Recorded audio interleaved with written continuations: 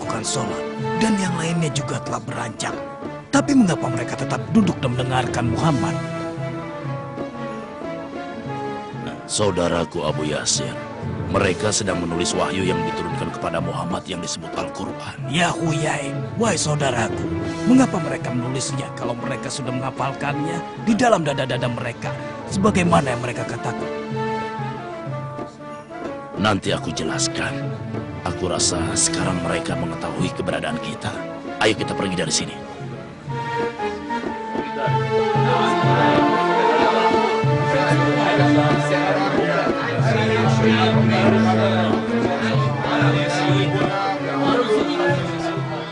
Aku masih tidak mengerti untuk apa sahabat Muhammad menulis. Yang mereka tulis itu dikirim ke Mekah untuk sahabat-sahabat mereka, lalu dipinjamkan secara bergilir.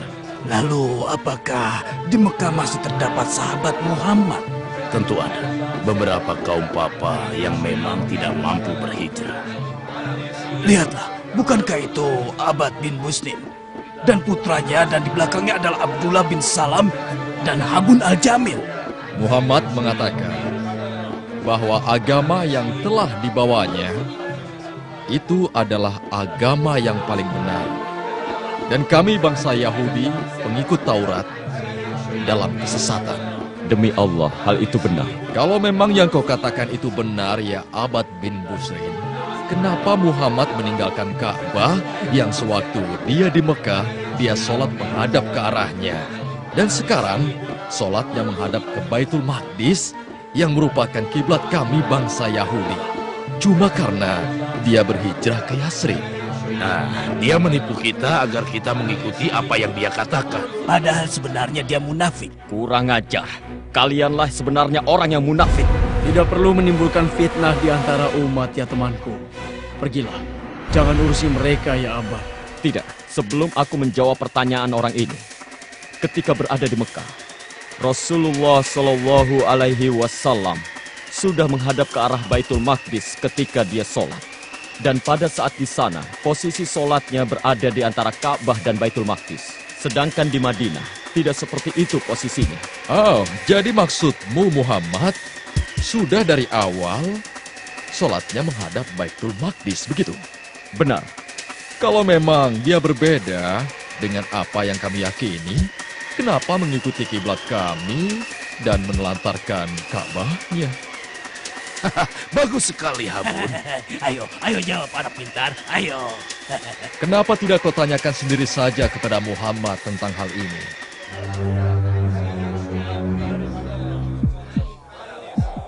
Kalau memang kami yang beragama Yahudi tidak berada di atas petunjuk yang benar, kalian wahai sahabat Muhammad tidak akan sholat menghadap kiblat kami dan kalian ikuti kami dalam hal itu. Sudah cukup yang kau dapatkan dari kami untuk hari ini, ya Abad. Jangan lupa, ceritakan kepada Muhammad tentang pembicaraan kita hari ini. Ayah, mengapa engkau diam dan tidak menjawab orang-orang itu? Apa benar kita telah merubah kiblat kita? Mari sebentar, nak. Ayah akan jelaskan padamu. Kiblat kita tidak pernah mengalami perubahan, nak. Sejak dari awal, Rasulullah Shallallahu Alaihi Wasallam telah melaksanakan sholat menghadap Baitul Maqdis, menghadap ke arah padang pasir yang berada di Palestina sebelah sini, dan Mekah berada di sini. Tapi ketika beliau berada di Mekah, beliau menghadap dua kiblat karena posisi Ka'bah berada di antara sholatnya Nabi dan daerah Baitul Maqdis. Lalu, kenapa beliau tidak melakukan hal yang sama ketika beliau berada di Madinah? Karena posisi Madinah berada di sebelah sini, nak. Jadi tidak mungkin Rasulullah Shallallahu Alaihi Wasallam menghadap ke Baitul Maqdis dan Ka'bah secara bersamaan. Maka Allah memerintahkan Rasulnya yang mulia untuk menghadap ke Baitul Maqdis ketika sholat. Beritahukan kepadaku, saudaraku, ketika kita pergi untuk mengunjungi Muhammad, lalu berbincang-bincang dengan dia, apa saja yang engkau ketahui tentangnya? Maksudku, apakah dia itu benar-benar nabi yang telah disebutkan dalam kitab Taurat kita? Demi Tuhannya Musa, memang dia nabi. Apakah engkau telah menelitinya, kalau dia orangnya? Ya. Kalau memang benar, lalu kenapa kau tidak mengikutinya? Karena aku memusuhinya. Aneh sekali Anda ini. Jika memang benar Muhammad adalah nabi yang kita tunggu-tunggu, kenapa Anda sangat bernafsu memusuhinya? Kenapa?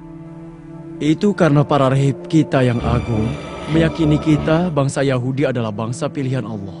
Dan Allah memilih kita di atas bangsa-bangsa yang lain. Karena itulah kenabian seharusnya ada pada bangsa kita, bukan bangsa yang lain. Dan kalau kita mengikuti Muhammad, hal itu akan melecehkan bangsa kita sebagai bangsa pilihan. Semenjak kedatangannya ke Yathrib dan berada di kalangan suku Aus dan Khazraj, ia telah mendamaikan dua suku itu. Yang sebelum kedatangannya selalu bermusuhan, padahal permusuhan mereka mendatangkan keuntungan buat kita. Berarti ini urusan keduniawian, bukan urusan agama.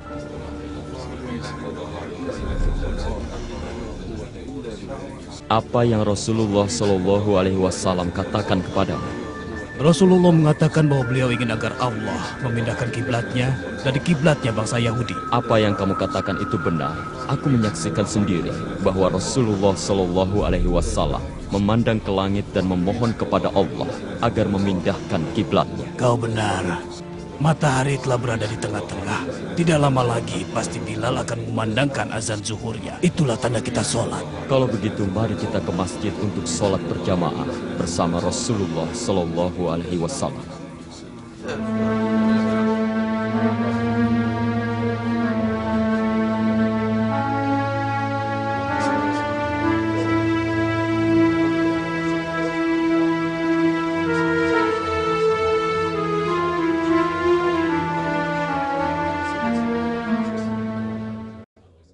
بسم الله الرحمن الرحيم.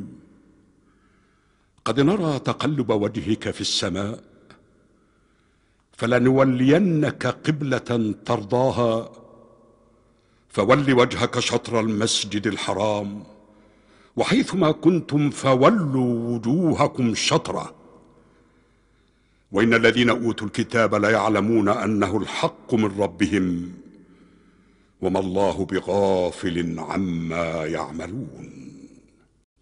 صدق الله العظيم. الله أكبر الله أكبر الله أكبر الله أكبر.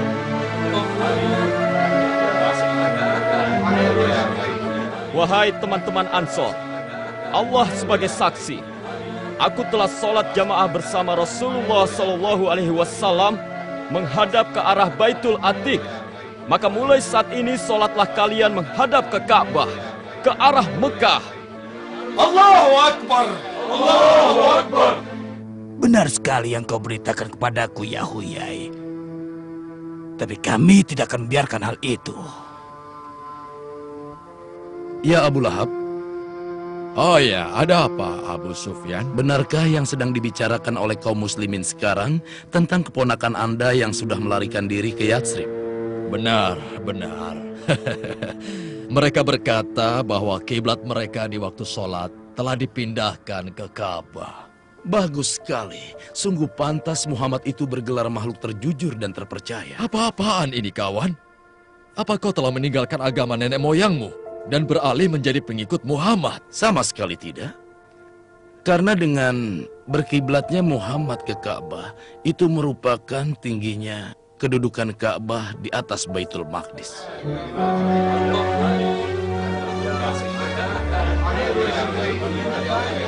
Apa jaminannya bila kita telah sholat menghadap Ka'bah? Muhammad tidak mengembalikan sholat kita menghadap Baitul Maqdis lagi. Katakanlah padaku. Sesungguhnya Allah berfirman dalam kitabnya yang mulia. بسم الله الرحمن الرحيم سيقول السفهاء من الناس ما ولاهم عن قبلتهم التي كانوا عليها قل لله المشرق والمغرب يهدي من يشاء إلى صراط مستقيم صدق الله العظيم. Orang-orang yang kurang akalnya, siapa yang dimaksud dengan itu? Kalianlah yang dimaksud, wahai rahib-rahib Yahudi, dan juga kaum dari musyrikin Arab. Dan juga orang-orang munafik seperti mereka yang telah dibeberkan kebusukan mereka melalui ayat pemindahan arah kiblat ini. Ya, baiklah, baiklah. Kalau begitu kami berjanji akan bertemu dan berbicara dengan Muhammad. Kalian jangan khawatir. Ya Muhammad, Kami ada permintaan sedikit. Permintaan mudah. Ya, kami hanya memohon kepada Anda agar kembali menghadap ke arah Baitul Maqdis, kiblatnya bangsa Yahudi ketika Anda sholat. Dan kami dan seluruh bangsa Yahudi akan mengikuti Anda dan memeluk agama Anda. Tidak. Tidak. Jangan Anda percaya pada mereka ya Rasulullah. Saya amat mengerti mereka. Mereka adalah kaum yang suka berkata bohong dan penuh kebatilan. Kau benar, Abdullah. Kami dulu adalah umat yang sesat. Tapi sekarang, kami ingin mengikuti kebenaran bersama Muhammad seperti yang telah kau lakukan. Dan nanti ketika Muhammad mengembalikan kiblat ke Baitul Maqdis, kita beberkan di hadapan publik bahwa dia melakukan tawar-menawar dengan agamanya, biar semua orang tahu siapa dia sebenarnya. Dia itu tidak pantas untuk diikuti. Sahabat-sahabatnya pasti akan meninggalkannya. Bismillahirrahmanirrahim. Ya ahlal kitab qad ja'akum rasuluna yubayyin lakum kathiran mimma kuntum tukhfuna minal kitab wa ya'fu an kathir. قد جاءكم من الله نور وكتاب مبين يهدي به الله من اتبع رضوانه سبل السلام ويخرجهم من الظلمات إلى النور بإذنه ويهديهم إلى صراط مستقيم. صدق الله العظيم.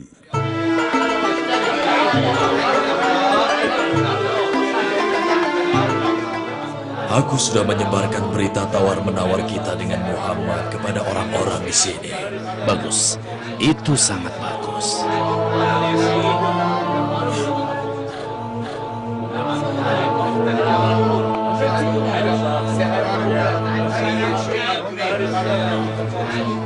Coba lihat, itu Abad beserta temannya yang juga pengikut Muhammad. Ya, kau benar. Dan aku lihat mereka tidak berani lewat sini. Memangnya kenapa? Karena aku yakin sekali Muhammad akan kembali mengubah kiblatnya ke Baitul Maqdis dan tidak akan mempedulikan pendapat sahabat-sahabatnya. Ada apa ini ya Abad? Kau lewat begitu saja tanpa mengucapkan salam. Aku tahu alasannya kenapa mereka lewat begitu saja. Aku yakin kalau mereka ini malu dan sungkan. Kenapa kami mesti sungkan kepada kalian? Karena Muhammad memberitahukan sesuatu kepada kalian tentang kiblat dan mengirim kalian kemari untuk memberikan jawaban atas tawaran yang kami berikan. Benar. Dan Tuhan yang Maha Mulia telah menurunkan ayat tentang kalian. Bagus. Bagus sekali. Kawan-kawan, kemari, berkumpullah.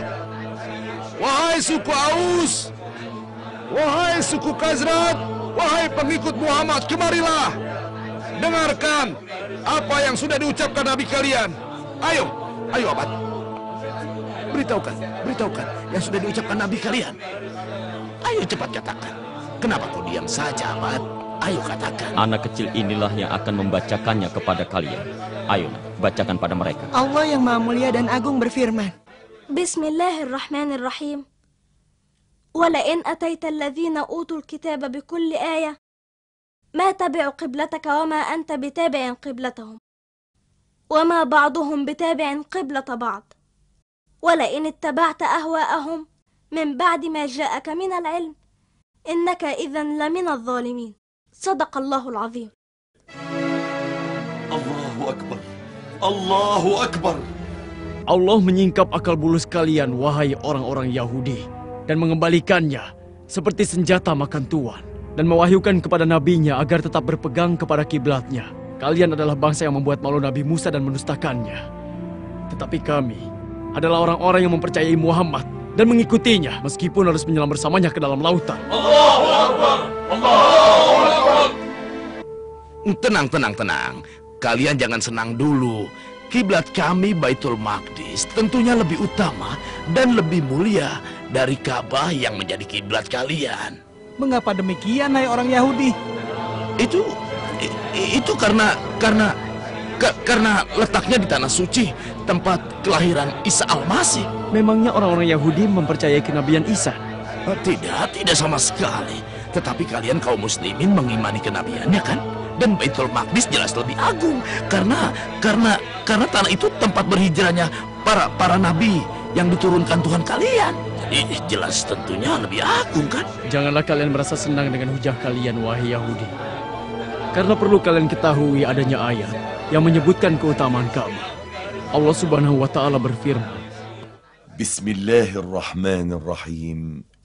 Inna awwala baitin wudi'a lin-nasi lalladhi bibakkata mubarakan wa hudan lil'alamin. Sadaqallahul azim.